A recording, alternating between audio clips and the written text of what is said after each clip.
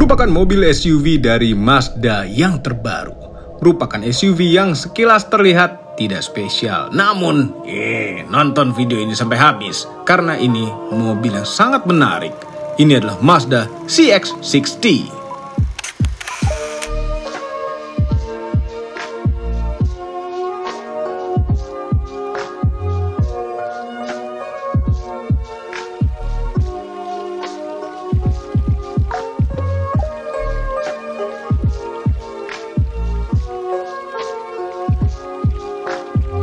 Halo YouTube, selamat datang di channel Motomobi. Sudah kami buat video first impression dan first drive-nya, tapi sekarang kami dapat pinjaman mobilnya. Dan sempat kami bawa jalan-jalan ke puncak, nonton video itu di channel Om Mobi.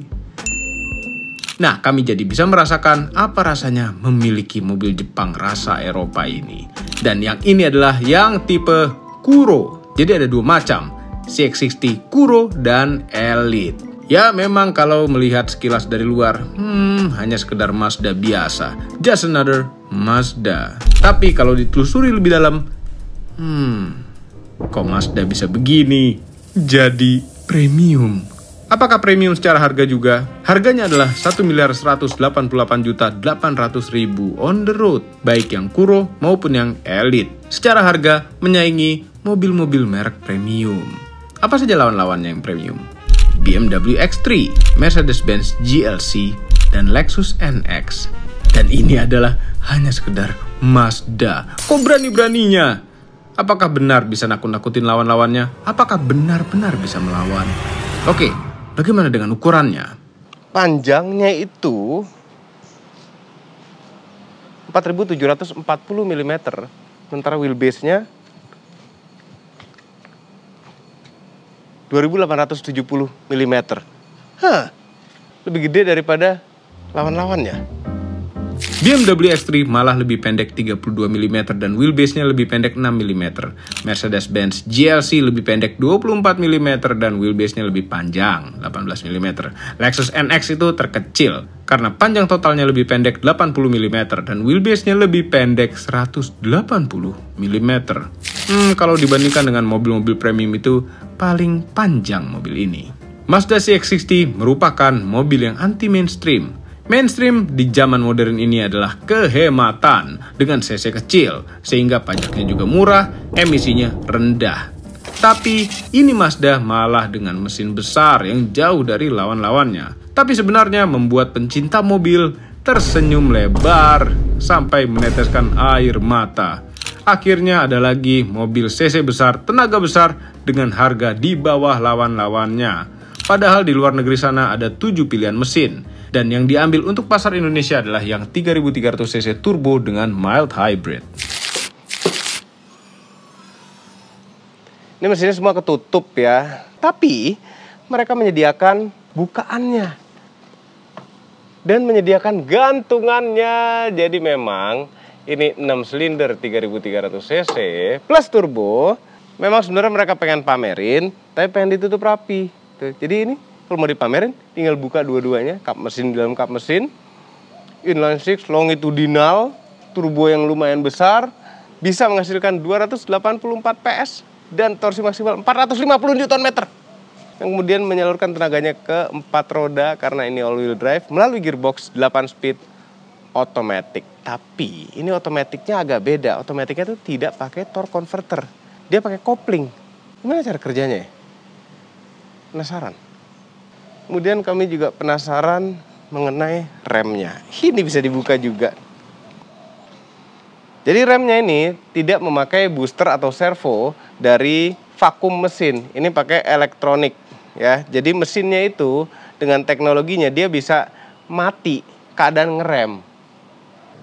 Tapi kalau dilihat-lihat lagi sayangnya kompresor AC-nya itu masih nempel sama mesin ya. Begitu stopnya aktif, mesinnya mati di lampu merah atau di kemacetan, AC-nya itu pelan-pelan berkurang dinginnya karena masih nempel sama mesin. Kenapa nggak sekalian kompresor elektrik ya? Teknologi mild hybridnya itu 0,33 kWh, baterainya lumayan besar untuk mild hybrid. Lokasinya dikasih tahu tuh ada di sini. Lithium ion baterainya. Secara bentuk sebenarnya menurut kami biasa-biasa saja. dengan bahasa desain Mazda yang seperti biasa. Tapi kenyataannya banyak sekali filosofi-filosofi untuk desain ini. Itu lengkap sudah kami ceritakan di channel Om Mobi. Subscribe dan tekan tombol lonceng di channel Om Mobi juga apabila belum. Kodo design, ya mereka menyamakan karakternya di setiap mobilnya. Tapi ini lucu, dari samping bayangannya akan membentuk huruf S. Sebaiknya kalau Anda punya mobil ini, hindari tabrakan dari samping. Karena pasti tukang dempulnya susah membentuk seperti ini lagi. Jangan-jangan dari S bisa berubah jadi T atau U. Ngelihat desainnya ini memang tipikal Mazda ya, tapi Mazda yang kayak dikasih steroid.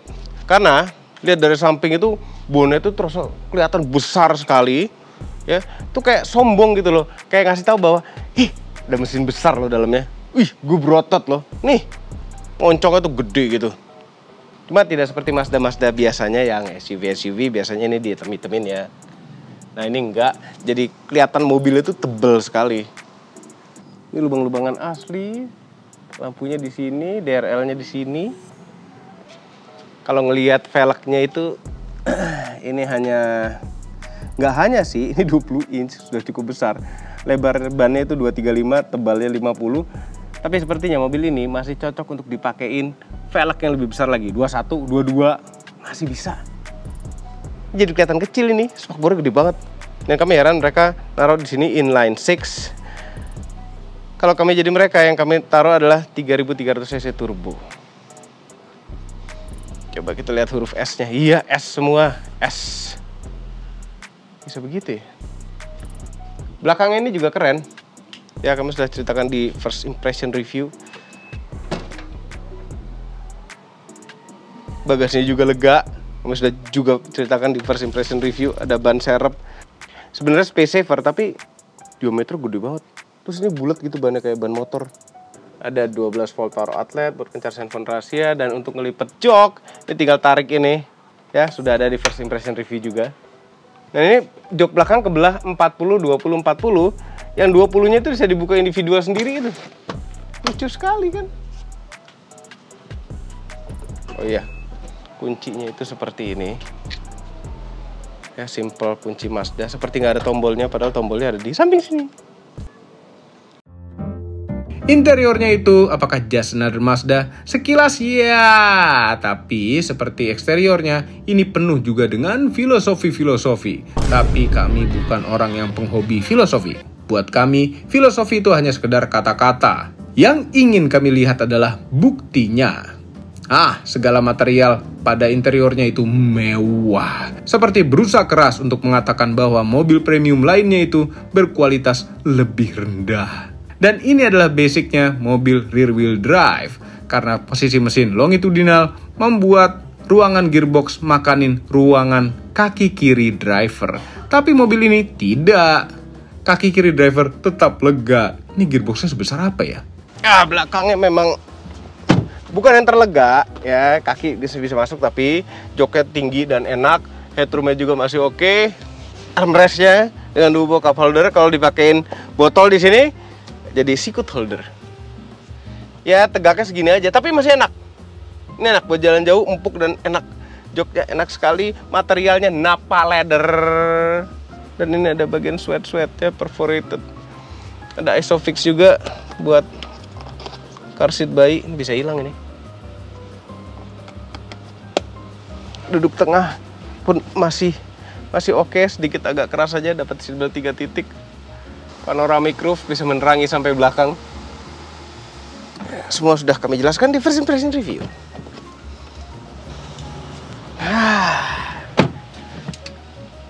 Om Mobi. Jadi kita bisa save profile-profile kita di sini nih, driver personalization system. Ada canggihnya mobil ini. Kalau misalnya kita mau ngeset driver baru gitu ya, add new driver. Kita bisa memilih tinggi kita seberapa, apakah, dan ini adalah posisi nyetir rekomendasi dari Mazdanya. Misalnya tinggi kami 177, dia akan nyetel sendiri sesuai dengan tinggi kami. Kalau 177 nggak enak karena tinggi kami bukan 177. Nah sebenarnya yang kami save bukan ini, yang mereka setting di 174 cm itu agak terlalu tinggi buat kami. Kami lebih senang lebih rendah duduknya. Layar. Nah, kenapa sih dia nggak bisa touchscreen ya? Kenapa? Ini lagi berhenti gitu. Boleh lah touchscreen dikit. Heran. Ini adalah wireless CarPlay. Bisa juga wire CarPlay, tapi mengoperasikan Apple CarPlay pakai joystick begini, puter-puteran dan geser-geseran, itu agak susah. Kami lebih suka CarPlay itu disentuh. Ya, memang orang tua macam kami ini, orang yang agak lebih tua macam kami ini lebih seneng puter-puteran dan geser-geseran untuk mengoperasikan sesuatu. Tapi kalau untuk CarPlay tetap enakan pencet di layar ya kan, karena tombolnya tuh banyak. Kalau ini kan milihnya tuh mesti urutan gini loh, ya, atau geser-geser atas kanan kiri begini. Nggak suka, tetap lebih cepat mencet. Di dalam layar ada information di mana sistem kehybridannya. Ini flow-nya sekarang dari mesin ke dinamo atau alternator atau motor listrik untuk ngecharge baterainya. Baterainya tinggal 1 bar sekarang. Jadi iStop-nya nggak bisa lama-lama. Nah, di sini juga ada tampungan regenerative energy yang sudah tertampung tuh berapa. Jadi kita ngerasa lebih hemat juga pada saat kita regen. Nah, ini untuk pengaturan AC, dan kami senang sekali pengaturan itu semuanya fisik ya, tidak di layar. Bayangin kalau ngatur AC itu pakai ini, kan repot. Dan ada pendingin jok ya, tidak ada pemanas jok yang tidak ada gunanya sama sekali untuk negeri ini. Bagus. Driving mode-nya ada di sini, Mi Drive tulisannya. Hanya ada 3, Sport, Normal, dan Off-road. Nah, seperti biasa driving mode itu dia akan mengubah tampilan di instrumen cluster besar ini seperti ini. Tuh, tengah speedometer besar. Kenapa nggak RPM ya tengahnya kalau sportnya? Off-road mode kan baru sadar tadi. Jadi angka-angkanya tuh digede-gedein. Kalau bicara soal gede-gedein angka, di sini tuh ada settingan untuk gedein angka di instrumen cluster. Increase text size. Jadi kalau matanya udah burem, kalau ngelihat segini aja udah burem, tuh masih bisa digedein. Nah, tuh begitu. Kecil, gede. Shifternya sangat unik sekali. Ini kami baru menemukan pada mobil ini. P-nya tuh di sebelah kanan begini. Jadi untuk mindahin ke R, itu harus dikiriin dulu dan sambil dipencet. Baru pindah ke R, N, D. Oke. Nah, ND seperti biasa nggak dipencet, dan R harus dipencet. Nah, pada saat posisi di PRND ini, bukan di P, shifternya ini miring ke kiri. Bagus, karena posisi tangan tuh lebih ergonomis. Cuma kadang-kadang masih kagok, mau ke P-in, masih R, belum P. Kanan dulu. Ada hill descent control, tombol kamera, ini ada kamera 360 yang kualitas kameranya itu lumayan. Terus ini ada puter-puteran Mazda tengah yang buat kontrol layar tadi. Ada shortcut untuk audio, shortcut untuk navigasi. Nah, shortcut untuk navigasi ini apabila Google Maps kita berjalan, lagi jalan rutenya di Apple CarPlay, ini kalau dipencet akan lari ke Google Maps. Kalau tidak dipencet, kalau tidak mengaktifkan itu, pencet ini akan lari ke mapnya Mazda. Setirnya, ini kami suka sekali kombinasi setirnya. Ya, karena ini yang Kuro, dia tuh warna tan, sisi luar itu warna hitam. Bagus ya, bisa dibelah gini macam mobil Bentley Rolls Royce gitu loh. Kulitnya pun bagus sekali, enak sekali dipegang. Jempol kanan untuk urusan cruise control, ada adaptive cruise control dengan lane keeping. Sebelah kiri ada urusan audio. Instrumen cluster besar yang tadi kami sudah jelaskan. Cuma di instrumen cluster ini lucu. Memang mungkin karena ini mesinnya besar ya, agak malu-malu gitu Mas udah ngasih lihatnya. Nih, kehematan. Nah, sekarang rata-rata 15,5 km per liter karena kami kemarin habis jalan jauh, dan ini adalah current konsumsi kita. Cuma gini aja satu. Udah itu aja untuk urusan kehematan. Nggak ada lain-lain lagi. Ya, paling ada di sini information fuel efficiency monitor yang tadi ubah ke sini bar secara history. Sudah itu aja. Nah, sebelah kanan ini ada tombol-tombol sederetan, ada tombol 01. Nah, ini untuk mematikan iStop-nya kalau Anda tidak suka auto start engine. Traction control, parking sensor, tombol 0, dan untuk mematikan active sense. Nah, memory seat-nya ada di sini, lucu. Jadi satu sederetan sama tombol buka bagasi. Suka banget megang-megang ini. Mewah itu loh. Oke, sekarang kepraktisan di pintu, masih ada tempat yang lega buat naruh-naruh botol juga, ada wireless charging di sini. Wireless chargingnya bagus, begitu naruh iPhone langsung ngecharge, nggak ada kompromi, nggak ada apa-apa. 2 buah cup holder yang bisa dibuka tutup, jadi rapih kalau ditutup. Ini bukanya kanan kiri begini. Ada 2 buah colokan USB-C. Nah, di sini ada 12 volt power outlet juga. Lacinya ini simple dan besar. Ya, bukanya juga simple. Posisi nyetir ini enak. Ya, tapi bukan yang otomatis di setelin sama dia. Jadi semuanya bisa diatur, termasuk setir. Setirnya itu electric adjustment. Oke, terus satu lagi audionya. Audionya itu Bose, dan Bose-nya itu suaranya enak. Iya, suaranya enak. Tapi nggak enak sekali seenak setelan tuner-tuner audio jago di Indonesia ya. Tapi ini enak. Karena saatnya kita jalan, tapi jelaskan di atas dulu sih. Ada sunroof yang bisa dibuka.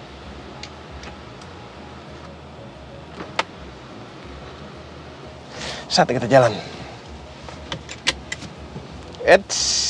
Kiri dulu, baru mundur. Ini kadang-kadang keluar markas Motomobi ini agak sempit. Dan mobil ini bukan mobil yang kecil. Kamera.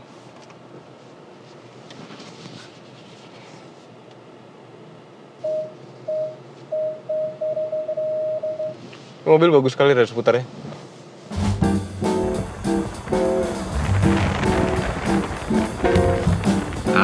Akhirnya jalan di jalanan kota Jakarta dengan mobil ini.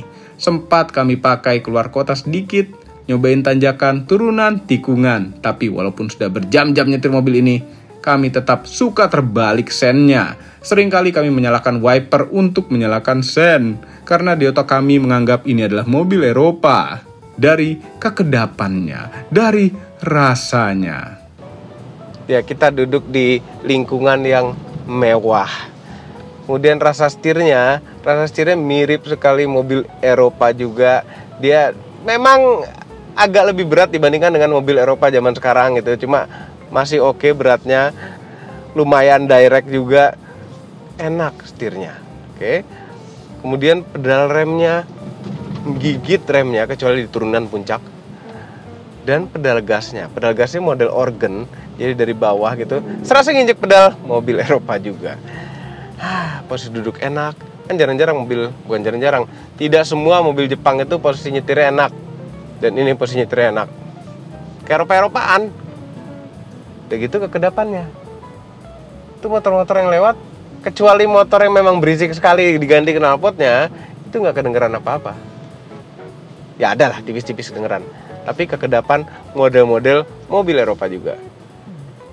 Jalan masuk Jakarta, naik ini, ya terasa mobil Eropa. Karena entah kenapa kami tuh ngerasa naik mobil ini dibanding dengan naik mobil BMW X5 gitu ya. Rasanya seperti lebih lebar ini, padahal beda-beda tipis. Mungkin karena bentuk dashboardnya, mungkin karena bonetnya yang tinggi. Jadi rasanya lebar, gue naik mobil gede nih. Bahaya nih, sempit nih. Mahal nih, karena rasanya mahal, jadi ada rasa was-was. Jadi di jalan sempit itu rasa was-wasnya, rasa deg-degannya itu mirip mobil Eropa juga. Walaupun kalau ngeliat ke bawah, ke tengah-tengah setir ini logonya adalah Mazda. Kemudian kalau ketemu polisi tidur itu nyaman. Ya nyaman-nyaman seperti nyaman mobil Eropa. Bukan mengayun-ngayun, sama sekali tidak mengayun-ngayun, kecuali belakangnya biasanya ada sedikit mengayun, depannya tur. Ayunan sedikit aja. Modelnya sama dengan gelombang yang halus dia agak keras, gelombang yang besar dia lebih lembut. Tapi kalau kita sikat miring, poldurnya coba tuh, dia nggak terlalu menggodek-godek kanan kiri gitu loh. Menggodek-godek apa sih bahasa Indonesia? Goyang, limbung ya. Makasih Pak. Tuh toleng dikasih tahu, awas mobil mau lewat. Dijagain terus. Cuma nggak seberisik Mercy itu berisik sekali. Suspensinya apakah stabil?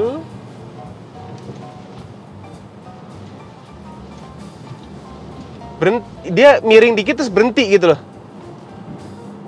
Ya. Coba kita zigzag. Oke loh, stabil. stabil, pantatnya aja agak-agak terasa berat.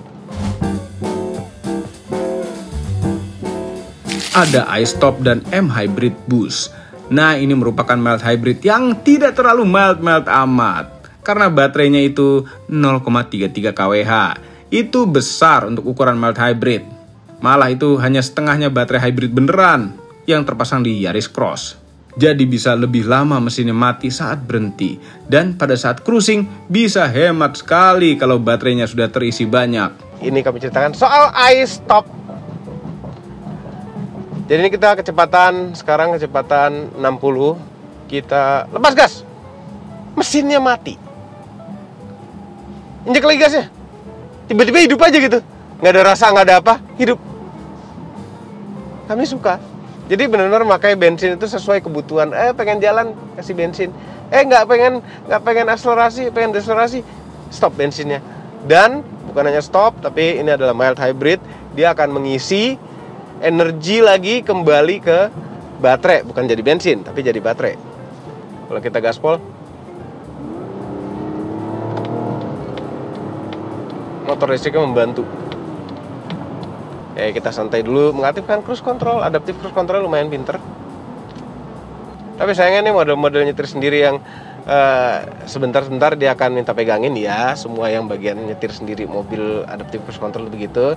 Tapi bukan hanya disentuh kayak BMW begitu cukup. Enggak, dia beneran minta digodekin dikit. Godek lagi. Nah ini kita matikan cruise control. iStop-nya hidup. Nah pada saat si iStop ini hidup, nah ini pure pakai tenaga dari mesin. Nah ini sekarang regen, kecepatan sedikit menurun. Kita injek gas sedikit. Nah tuh, full motor listrik. Kita pakai full motor listrik. Jadi kayak hybrid beneran. Kalau kami pakai di dalam kota, kondisi yang nggak terlalu macet, biasa-biasa saja, itu bisa 1718. Lumayan irit sebenarnya untuk 3300 cc. Terus kalau macet sekali ya memang kayak Ayla aja bisa 15 kali kalau macet sekali berhenti total gitu ya. Tapi surprise ini bisa 18an. 18an bisa pernah terjadi tadi. Hemat. Terus suspensi belakangnya ada yang bikin kurang enak itu dia ada mentalnya itu kalau kena juglukan. Ya kayak shockbreaker kurang keras. Seru banget sih mobil. Oke, kita ke sport mode. Siap. 1 2 3.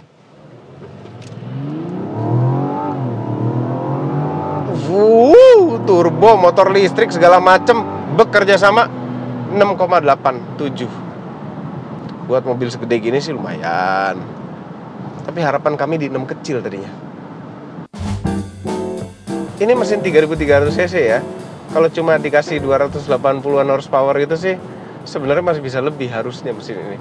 Dan spesialnya lagi mesin ini tuh beratnya itu katanya ya hampir sama mesin 4 silinder. Katanya. Nah, andai mesin ini dipasang di suatu mobil coupe gitu, Mazda coupe gitu, terus kita bisa modifikasi jadi 500, 600, 700 horsepower mesinnya, itu menarik. Ini kalau body SUV begini dimodifikasi 500, 600 horsepower, ya susah ya, jangan ya. Apalagi suspensinya mental pas ini, jalanan yang duduk-duduk gitu, di tol. Tapi overall nyetir kami suka. Nyetir keluar kota naik ini enak selama kita di jembatan-jembatan begini jangan terlalu kenceng. Larinya speed limit aja. Ya, santai-santai begini enak. Terus tenaganya juga selalu ada. Dan yang pasti rasa mahalnya pol pada saat nyetir. Kecuali kalau kita terlalu kenceng di tol. Tol di Indonesia. Karena jalannya begini. Tangki BBM mobil ini hanya 50 liter. Yes, mesin 3300 cc tangkinya hanya 50 liter. Jadi secara range total dari full sampai habis itu tidak terlalu jauh sayangnya. Walaupun tidak boros-boros amat mobilnya. Mumpung masih di tol, kita kembali ke normal mode. Kita reset trip meter. Kami heran, kayak kecepatan di dalam kota oke lah 18 gitu kurang lebih. Cuma kalau di luar kotanya tuh top. Ini 80 km per jam, kami RPM mesin tuh 80 lebih dikit 1400. Tuh. Gas keangkat dikit, i-stopnya berfungsi. Memang ngerisetnya pas jalan sih ya, nggak fair ya. Tapi kami yakin ya, di tol terus menerus, di Trans Jawa gitu, kalau tidak ada halangan, itu bisa mendekat di saat plus minus 18 km per liter, bahkan bisa menyentuh 20 km per liter, kami yakin. Karena RPM rendah sekali, dan i-stopnya itu pintar sekali. Luar biasa, 3300 cc turbo. Kami suka turbo. Oke, setelah mencoba, kami yakin mobil ini bisa melawan mobil-mobil premium berkat harganya yang lebih murah dan yang didapatkan juga lebih. Namun ada satu yang kurang dibandingkan dengan mobil premium lainnya. Rasa bangganya agak berbeda. Itu karena kebiasaan, karena nama-nama besar merek-merek premium. Ada 6 pilihan warna dan sebagian warnanya perlu bayar lebih kalau mau beli. Ya, lebihnya sedikit saja, hanya 4 juta. Sedikit dibandingkan dengan harga keseluruhan mobil. Overall, mengenai Mazda CX-60, merupakan mobil yang tepat untuk Anda yang hobi mobil, tapi lebih ke old fashion, lebih suka mesin besar, benci dengan mesin kecil karena lelet dan suaranya jelek. Tidak peduli dengan apa kata orang mengenai merek mobil Anda, tapi Anda bisa menikmati kemewahan dan kenikmatannya. Bisa untuk nyetir sendiri ataupun pakai driver. Hah, ngapain pakai driver? Sayang mesinnya. Ini mesin untuk dinikmati pemiliknya, bukan drivernya. Semua ini adalah opini pribadi saya. Kami tim Motomobi tidak dibayar oleh siapapun dan apapun yang terlihat pada video ini. Jangan lupa tekan tombol jempol ke atas dan subscribe channel Motomobi, Omobi, dan Mesmobi apabila belum berikut dengan tombol loncengnya. Share video ini ke seluruh dunia melalui sosial media Anda dan jangan lupa follow sosial media kami semua, termasuk Instagram. Cek motomobinews.id untuk berita-berita otomotif terbaru. Terima kasih telah menonton.